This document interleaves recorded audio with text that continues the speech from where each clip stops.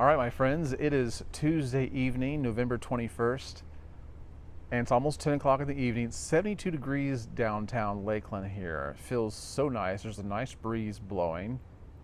It's very quiet where I'm at. Every place else was pretty noisy, but it's starting to taper off a little bit. You'll probably see or hear a car go by occasionally, but I'm going to try to ignore any distractions I might have, because what I want to talk to you about is making friends and keeping them. Because it's not too difficult at some stages of life to make friends, but keeping them is a different matter altogether. I'll give you a couple of reasons why I'm talking about this. The first one comes from a story I read in the May issue of this year's Reader's Digest. Listen to this little story that our readers submitted. It's very charming. I think you'll like it. This is about a Pomeranian and 3 little ducklings. In fact, I'll put a picture of it up on the screen so you'll know exactly who I'm talking about. So here's the story that was submitted. This is under Best Pet Pals. And the article, the story, is called Churro, the Duck Herder. It comes out of Waukesha, Wisconsin. When our Pomeranian Churro met the 3 ducklings we rescued, they nibbled on his fluff. He was nervous but undeterred. He was determined to mother these ducklings as if they were his own. All feedings and playtimes henceforth were conducted under Churro's supervision. The ducklings followed him everywhere, and he always made sure they were accounted for. If one wandered off, he'd herd it back to the other 2. At nap time, they'd snuggle in his fluff. The first time they followed Churro to his water bowl, they dove right in. Churro looked at me as if to say, "What am I supposed to do about this?" But he let them swim as he laughed. Once the ducks matured, we released them at the pond near where we found them. They soon flew south for the winter. It was sad to see them go, but we were comforted that they had learned the survival skills they needed. Now, Churro always has a little pep in his step when he realizes we're walking to the pond, perhaps hoping his friends will return when the weather warms up. I love that. It's just a very cute story. And something happened to me last week that kind of reminds me of this in sort of a way. In your life, you don't make very many friends on the deepest of levels. I mean, maybe some do. I imagine there might be somebody out there that can claim that. But I'd say by and far, most people only have a couple of friends in their lifetime on the very deepest levels, okay? And I think you can kind of understand what I'm talking about. I've had a couple of friends like that. Well, one of my friends I've known him since the early 90s. Yeah, since around 1990, and here we are. What is it? 33 years later. Oh wow, time goes by fast. Well, as friends go, there are times you spend a lot of time with each other, and then things happen in life, and you kind of go your different paths for whatever reasons. Sometimes it's intentional, sometimes it's not, sometimes things just happen that way. Well, anyway, I'd lost contact with John a couple times, and you know how friends go. When you meet back up, you pick up where you left off, right? That's how it's been. But John is one of these salt of the earth people that I really appreciate a lot. And so, I miss friends like that. I think about people like that. I think about friends I've had in the past years, even going further back than what I just mentioned. And I miss them. I wonder what they're doing. And it could be they're wondering the same thing about me. I just don't know. I don't know. But I will tell you this.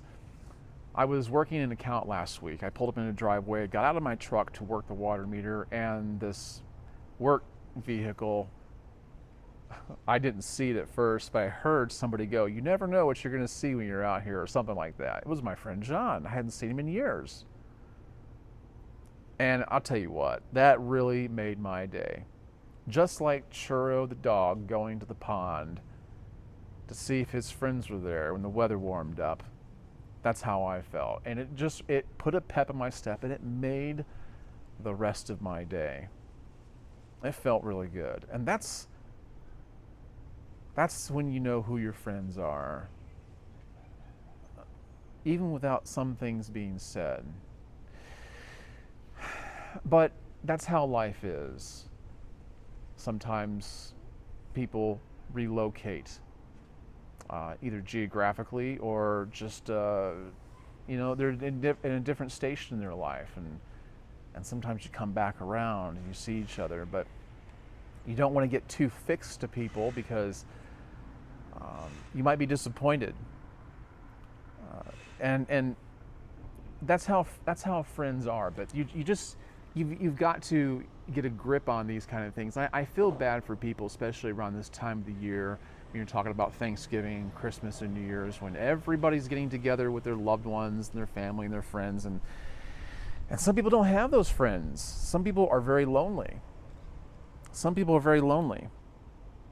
Well, I know that loneliness can be a very heavy burden to bear. There's an article in this same Reader's Digest that talks about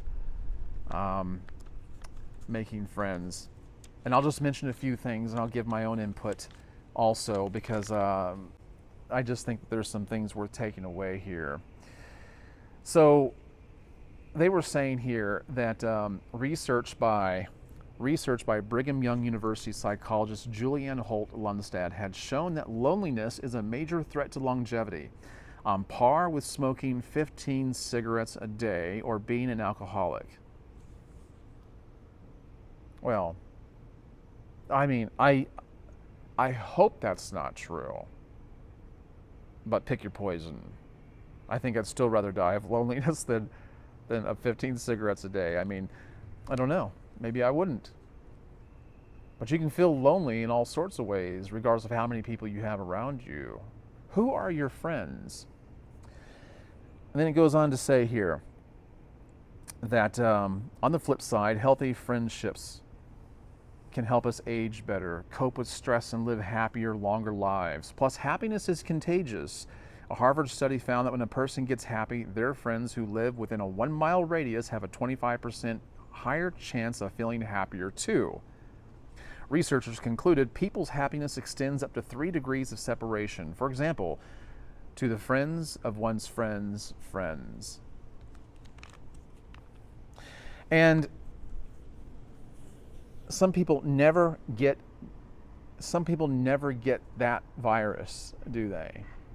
They're left out. Well, if you're one of those people and you're looking to make friends, perhaps it's been so long that you kind of forgot how.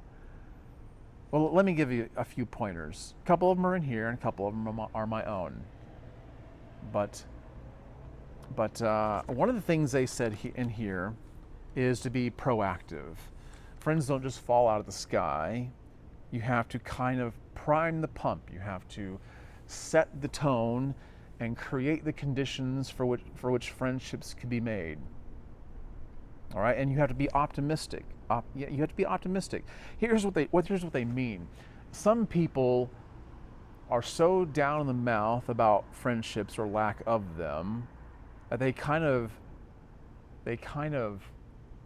set themselves up to never forge deep relationships like we're talking about here, for a lot of reasons. One, they don't want to be disappointed. They don't want people taking up their time, or they don't feel like they're loved or appreciated. And a lot of that might be deep-seated. I've read, and I cannot for the life of me remember where I read it, but I would agree with whoever wrote this, that you're probably much more well-liked than you realize. And for those people who think that they're very well-liked, they might not be fostering cordial feelings as much as they think they are. But chances are you're not really doing too bad. But if you head out into the world and you're in contact with people that could potentially be your friend, but you've got these thoughts in your head, I just don't know, people let me down, I don't feel appreciated or loved, they probably won't like me, then there's going to be something about you that relays that feeling to people, and then they won't want to be around you. They're going to know something isn't right. Here's a good example of that. When I was growing up, we moved a lot. I lost what felt like so many friends over the years, and it eventually got to the point where I didn't want to make any more friends. Every time I moved, I remember doing this so many times. The day that I arrived in our new house, I would go, I'm not going to make any friends here because I know we're going to move again. Where once I used to be very happy, very friendly. Oh man, I got to the place where I pushed people away because I didn't want to lose people. And that didn't go away for me for years, for many years. Until one day I remember we were in church and the service had ended and we were getting ready to walk out. And my oldest brother looked at me. He goes, Greg, you don't have to look like you're at a funeral. Just out the clear blue sky. He'd never said anything to me like that before. And I go, what are you talking about? He goes, that look in your face. You always look like you're at a funeral. Well, I didn't have any friends. But I wasn't going to get any that way. So what you might want to ask yourself is, if you don't have any friends, consider that you might be the problem. You might have been blaming everybody else for a long time, saying, well, I couldn't be their friend because of this, that, and the other. But the truth of the matter is, part of the problem might be you. Okay? You might not be creating the right conditions. So be optimistic. Understand that you're probably a little more well-liked than you realize. Okay? Learn to set the tone and start to mingle with people. Okay? There's a I think it's Proverbs 18:24 that says, a man that hath friends must show himself friendly, and there is a friend that sticketh closer than a brother. Be friendly. If you want friends, you have to be friendly. That doesn't mean that everybody is your friend. It just means that if you're friendly to everybody, you'll have a greater pool or a greater network of people to choose from which to select. And you need to be selective. But you can be friendly to everybody. You don't have to let everybody in. You don't have to let everybody close. There will be varying degrees of friendship. It's a spectrum. But that's where you start. Just be friendly. Let's see what else they said here that I don't want to look over. Make a list. Make a list. They were saying here that you should think of 3 to 5 people that you like, that you can say that they don't dislike you. Write them a note, send them an email, send them a text, and say, Happy Thanksgiving, Merry Christmas, Happy New Year. I was thinking about you. How are you doing? That's very important to do, and you know what? That'll go a long ways. That means something to people. And what you do is you try to set up a time to say, hey, I'm going to be in the area. Do you want to go to lunch? Or do you have just a few minutes?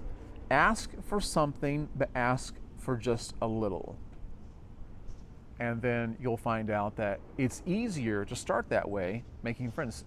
Reach out to 3 to 5 people, drop them a note, try to make contact, try to meet up, try to link. Now, you may not do that with every single one of them, but if you do it with 3 to 5, you're going to get somebody.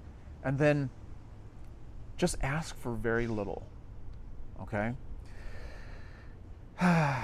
No, they also say expect awkwardness. You might think to yourself, well, I just don't know how to act anymore. I know that feeling quite well. Believe me, I know that feeling quite well. Well, it's okay. Here's what you do. Here's what I've learned to do.